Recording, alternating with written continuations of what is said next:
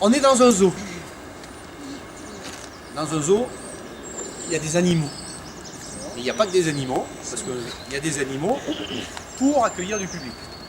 Donc on va avoir une problématique un peu particulière par rapport à l'ensemble des personnes qui soignent des animaux. La majorité de ceux-là, on appelle ça des éleveurs. Ils élèvent des vaches, des cochons, des machins, des chiens, des ci, pour là, pour les vendre, pour vendre de la viande, pour faire du lait, pour etc. Nous ici, on a des animaux. Dans quel but? C'est de les faire découvrir au public. Le rôle des zoos, c'est un rôle éducatif.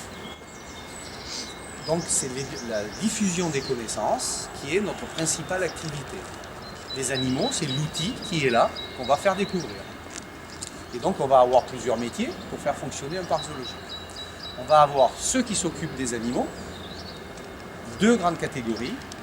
Ceux qui s'occupent des animaux du matin au soir, qui leur donnent tous les soins nécessaires pour les faire bien vivre, ce sont les soigneurs. Dans les zoos, on parle de soigneurs animaliers. Donc, je fais le parallèle, on est des éleveurs. On n'est pas autre chose. Donc, parce que la connotation soin fait souvent penser pour le grand public, et peut-être à vous, à soigner des animaux, et donc on pense aux soins d'animaux malades. Ça, c'est pas nous. Donc, premier métier, les soigneurs qui sont des éleveurs, qui s'occupent des animaux du matin jusqu'au soir.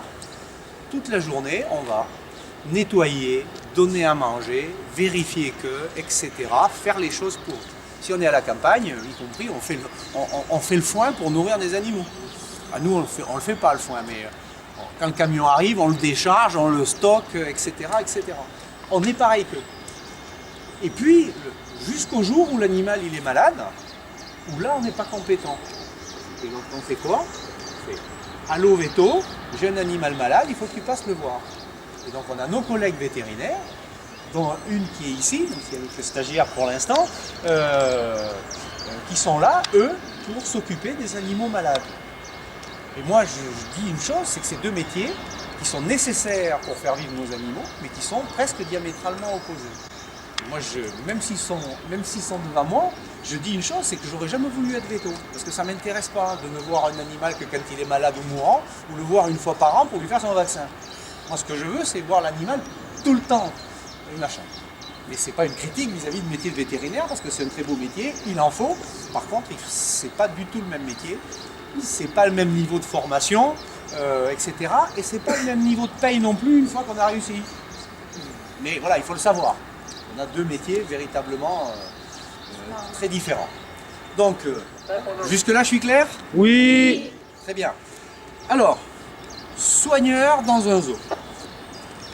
Je vais vous montrer un peu toutes les facettes de ce métier.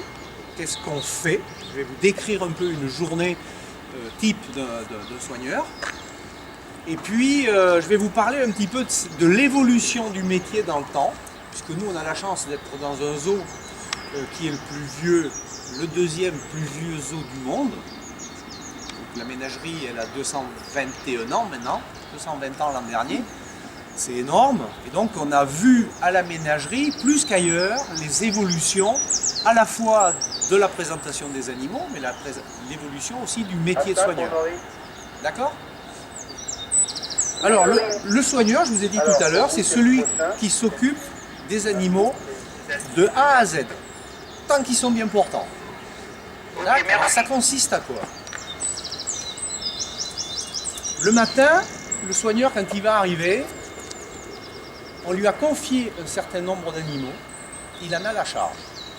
Donc il va, le matin en arrivant, son premier travail, après avoir vu les recommandations de la journée, pris ses outils de travail qui sont son trousseau de clés, qui lui permet d'accéder avec les animaux, etc. Le talkie-walkie qui va bien, pour pouvoir communiquer entre soigneurs, etc. Appeler le veto si besoin, etc.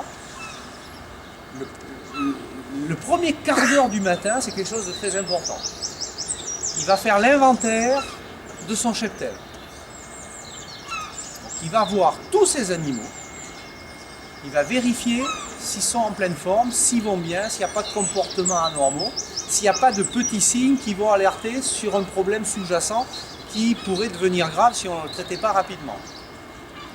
Et dans un parc zoologique, puisqu'on travaille avec des animaux sauvages, c'est encore plus important que quand on travaille avec des animaux domestiques. Parce que l'animal domestique, l'animal de compagnie, on le prend sous le bras, on regarde, on lui touche le front, on regarde s'il a de la fièvre. L'éleveur à la campagne, il va au milieu de son troupeau de vaches, en principe, parce que maintenant elles sont de plus en plus sauvages, et il a l'animal à les approcher, mais en principe c'est ça, c'est plus facile. Nous, on ne peut pas, c'est des animaux qui restent sauvages. Quand on travaille avec des orang-outans, quand on travaille avec des fauves, on ne peut pas les approcher directement. Donc, le soigneur doit connaître sur le bout des doigts ces animaux pour pouvoir déceler la petite anomalie dans son comportement qui va faire penser qu'il peut avoir un problème. Et il faut le deviner le plus tôt possible, parce que si on attend que l'animal ait développé la maladie, qu'il soit à moitié HS, qu'il soit fiévreux, le vétérinaire va être embêté, parce que là on va dire ah ben non, il est trop affaibli, il est trop malade, je ne peux même pas lui faire une anesthésie pour aller le voir. Et donc du coup on est embêté. Donc voilà, il faut le faire le plus tôt possible. Donc le matin, cette observation des animaux pour en déceler tout ce qui peut aller mal, mais voilà. Donc on va voir s'il n'y a pas de mort, on va voir s'il n'y a pas de blessés, on va voir si tout va bien. Et en même temps, on va vérifier toutes les installations. On va vérifier si pendant la nuit, il n'y a pas eu des gens qui sont venus faire les couillons et qui ont fait des déprédations quelconques. Ça arrive, malheureusement, on est en ville, et puis voilà. De temps en temps, ça nous arrive. On va vérifier qu'il n'y a pas de fuite d'eau, que les chauffages marchent bien, etc. Tout ça. Et on va faire un rapport, j'allais dire, au chef soigneur que je suis, qui tous les matins va passer dans tous les secteurs pour demander est-ce que tu as quelque chose à signaler. Voilà. Moi, dans la foulée derrière, je vais noter tout ça, tout ce qui est besoin de réparation, une ampoule qui a claqué, un chauffage qui ne marche pas, une fuite d'eau, un bout de grille qui commence à être un peu détérioré.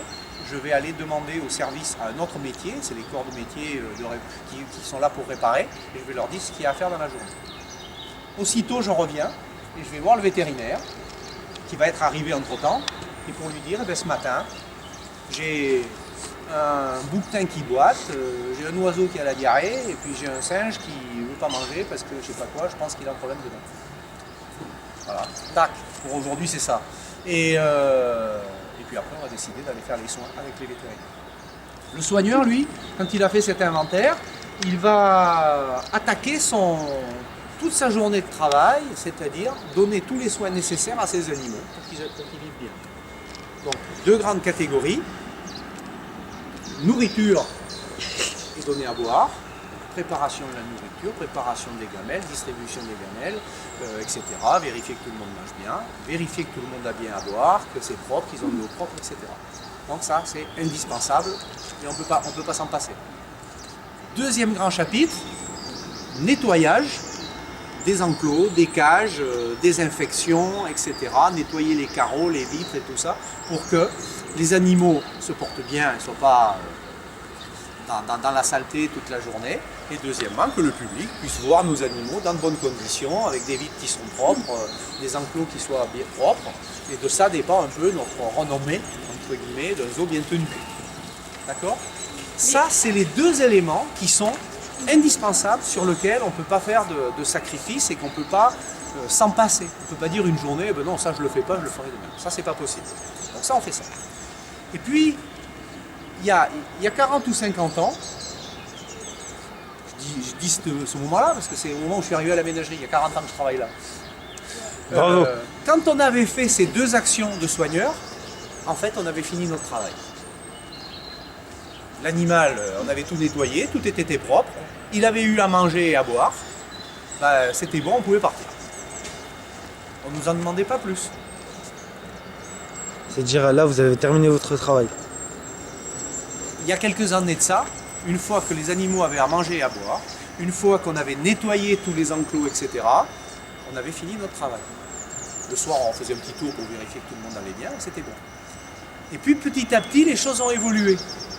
Dans le sens où le public d'abord, mais nous aussi, on s'est un peu inquiété de est-ce que nos animaux sont bien, est-ce qu'ils ne sont pas, entre guillemets, un peu malheureux dans les zoos. parce qu'on voyait quelques signes qui nous alertaient là-dessus, des animaux qui tournaient un peu en rond, qui s'ennuyaient. En fait. Donc pendant très longtemps, tout le monde s'en fichait. Ils étaient là, on les regardait, on en rigolait, et puis c'était bon. Et puis petit à petit, il y a eu une prise de conscience que l'animal est un être vivant comme nous. C'est d'ailleurs il a fallu attendre quand même cette année pour qu'il change de statut, entre guillemets, qu'il passe du statut d'objet au statut d'être vivant. Donc ça change un peu les choses, mais c'est la concrétisation législative, j'allais dire, d'un changement de statut de l'animal, qui est une prise de conscience, nous les humains, que ces animaux, il faut s'en occuper mieux qu'on ne le faisait jusque-là. Et mieux, ça veut dire qu'on s'est posé la question, pourquoi ils s'ennuient en captivité chez nous? Ces animaux sauvages, qui normalement ne sont pas faits pour être mis dans des cages, ils vivent dans la nature. Donc le but, on le sait, c'est de faire l'éducation, notre éducation, nous du public, au sens large. Mais pour ça, il n'y a pas de raison entre guillemets, de les maltraiter, ça c'est sûr, donc on ne les maltraite pas, mais aussi, quand on voit un animal qui s'ennuie, on se pose la question pourquoi. Donc il a fallu un moment pour comprendre quelles étaient les raisons qui faisaient que la captivité générait des problèmes de ce type. Et en fait, ce qu'on a compris, nous, mais avec l'aide des scientifiques, des gens qui étudient le comportement des animaux, etc., des éthologues, c'est qu'en fait, la captivité, ce qu'elle génère chez nos animaux qui n'est pas bon, c'est de l'inactivité. Parce qu'en fait, quand on les met dans nos cages ici, ils n'ont rien à faire, parce que dans la nature, c'est dur de vivre. Il faut se protéger des prédateurs, il faut chercher sa nourriture, c'est pas toujours simple, etc.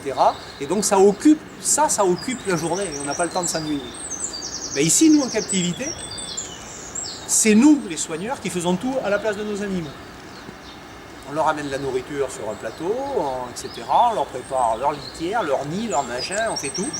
Et du coup, l'animal, au lieu de chercher sa nourriture pendant toute la journée, qui des fois est difficile d'accès, etc., tout ça, ici, ils ont une gamelle. La moitié du temps, pour ne pas avoir besoin de ramasser les épluches, on épluche les fruits. Comme ça, le soigneur, il a moins de travail le lendemain. Et l'animal, lui, il prend ses 3 fruits, il les mange, il met 3 minutes. Et puis, le reste du temps, il fait quoi? Il s'ennuie. Soit il dort encore, ça va, mais il ne va pas dormir toute la journée. Hein. Il y a des animaux qui dorment beaucoup. Les félins, c'est comme nos chats, ils dorment 18 heures par jour. Donc voilà, il faut surtout les laisser dormir. Mais d'autres animaux, leur comportement naturel, ils le gardent. Et donc s'ils n'ont rien à faire, en fait, la nature est faite ainsi. Ils vont essayer de combler ce temps qu'ils n'ont rien à faire en faisant des choses, mais des choses qui ne sont pas naturelles. Et donc ça, ils vont développer des stéréotypes. Les stéréotypes, c'est nous, quand on n'a rien à faire. Alors que pour qu'il soit bien, il faut qu'il ait vraiment confiance à son soigneur. Il ne faut pas qu'il soit stressé de la présence de son soigneur. C'est celui qui fait tout, etc. Donc il y a une relation qui s'établit. Il faut que cette relation soit une relation de confiance absolue. Il ne faut pas que le soigneur prenne du temps pour s'habituer à son animal, et puis que quand ça commence à aller bien, il lui fasse une méchanceté, une vacherie, qu'on vienne le capturer avec les épuisettes et tout, parce que là, il n'aura plus confiance à son soigneur, il s'en méfiera toute la journée. Et comme le soigneur travaille toute la journée au même endroit, ça va créer du stress pour l'animal. Donc ça, on essaye de le traiter. Et comment? On a pris plusieurs mesures. Notamment, par exemple, les soigneurs aujourd'hui, c'est jamais plus eux qui capturent les animaux, leurs animaux. Mais par contre, il faut les capturer quand même de temps en temps, pour les examiner, pour les soigner, pour les changer de place, etc. Donc comment on va faire? On va faire en sorte que ce soit d'autres personnes qui le fassent. Donc il y a des personnes qui sont les grands méchants, donc souvent c'est le vétérinaire, souvent c'est le chef soigneur qui est là, qui est un peu grillé, ou alors, on ne le fait pas encore chez nous, mais dans d'autres parcs. On va apprendre aux gens qui travaillent avec les reptiles de capturer les singes. On va apprendre à ceux qui sont à la singerie de capturer les oiseaux, etc. Et ce sera quelqu'un de notre service qui viendra aider mais le reste de l'année, il ne sera pas avec l'animal. Donc il n'y aura pas ce côté stress. Et puis il y a une autre mesure importante qu'on est en train de mettre en place, en fait, c'est d'entraîner nos animaux. Pourquoi les entraîner? Parce qu'on s'est rendu compte que le soigneur a besoin de demander des choses à son animal. Il lui donne des ordres, comme on fait avec nos chiens, avec nos chats, etc. Donc nos chiens ou nos chats, enfin, les chats c'est un peu difficile, mais les chiens on le fait, on les éduque pour qu'ils nous obéissent. Et donc ça on le faisait pas avant. Et en fait l'animal, on était obligé d'employer des méthodes un peu de force ou autre pour les obliger à passer d'une cage à l'autre, pour venir les observer. C'était pas simple parce que souvent ils avaient peur de nous, ils ne s'approchaient pas. Et donc le vétérinaire était embêté. On lui disait qu'il y avait un animal malade, mais quand le vétérinaire il arrivait, comme la moitié du temps c'est lui qui les capture et tout, l'animal il s'en va au fond du parc et on ne pouvait pas le voir de près. Et donc ça, pendant longtemps, on était en difficulté avec ça. Et puis l'animal, des fois, il en joue. Le orang-outan, quand on lui demande de passer d'une cage à l'autre, qu'il faut qu'il passe sous la trappe pour qu'on ferme la porte derrière, il disait toi tu veux, mais moi je veux pas, et puis ça te fait gueuler, mais tant mieux, moi ça m'amuse. Et donc au bout de 5 minutes où le fauve il ne répond pas à la sollicitation, l'intonation de la voix du soigneur elle commence à changer. Et là on commence à l'engueuler en disant tu vas rentrer maintenant sinon je vais me fâcher. Puis si ça ne marche pas au bout de 5 minutes de plus, le soigneur il commence à allumer le jet d'eau et puis il commence à dire tu vas prendre un coup de jet d'eau dans la figure, et si c'est pas plus. Donc voilà, il pouvait y avoir, pas tout le temps, mais il pouvait y avoir des sources de conflits importants entre le soigneur et l'animal. Et ça, on va essayer de l'empêcher complètement, parce que c'est une source de stress pour l'animal, et pour le soigneur aussi d'ailleurs. Et donc on va essayer d'entraîner nos animaux. C'est pas vraiment du dressage, quasi, pour qu'il accepte volontiers de faire ce qu'on lui demande. Et pour ça, on va employer la méthode du conditionnement opérant, qui est connue depuis longtemps, qu'on fait avec plein d'animaux. Les gens qui ont dressé des animaux pour les cirques, ils ont fait ça depuis très longtemps, donc on sait faire. Et sauf qu'après, il y a deux méthodes pour le faire. Et ce conditionnement, il est avec un renforcement qui est soit positif, soit négatif. Et nous, on n'emploie que le renforcement positif, c'est-à-dire la récompense. Donc l'animal, il va faire une chose. La première fois, il va le faire un peu peut-être par hasard. Et si c'est bien fait, on va lui faire comprendre que c'est bien et on va lui donner une récompense. Et donc après, pour avoir cette récompense, il va répéter le geste qu'il a accompli. Et quand il va l'avoir fait 2-3 fois, il va comprendre que c'est ça qui a déclenché la récompense. Et donc il va le faire volontiers. Et puis ça, c'est quelque chose d'acquis. On va passer à autre chose, etc. Et donc on va faire du dressage. Et notre animal, grosso modo, il va être bien entraîné. Et donc du coup, il va répondre facilement aux ordres qu'on nous donne. Et on va avoir fait baisser complètement la source de stress pour nos animaux. D'accord ? On va passer voir les orang-outans parce qu'ils vont avoir fini de